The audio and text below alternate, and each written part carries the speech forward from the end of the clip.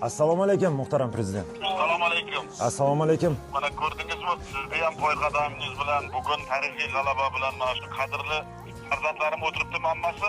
Hammasi shu yerda sizni tabriklashyapti, chunki bu g'alabada sizni hissangiz katta. Biz Bunday yorqin natija yurtimizdagi millionlab futbol muxlislari, butun 38 million xalqimiz tika turib 7dan 70 yashar ko'rdi. Mana shu munavvar oqshomda, qutlug' zafar ayyomida ko'p millatli butun O'zbekiston xalqi sizlar bilan faxrli ravishda faxrlanmoqda desak, haqiqatni aytgan bo'laman. Bugungi o'yinda chinakam qahramon O'tkirbek Yusuf 6 marta asradi va men 6 marta minnatdorchilik bildirmoqchiman. rahmat muhtaram prezident. Ko'z yoshlaring u quvonch ko'z yoshlari. Hozirgi aytgan gaplaringni eshitib xursand bo'ldim, balam. Rahmat farzandim. Rahmat. Otabek Shukurov, Odiljon Hamrabekov,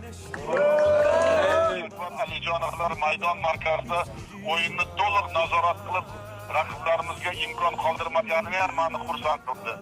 Abbosbek Fayzullayevning tezkor harakatlari raqib himoyachilarini sarosimga solib qo'ydi.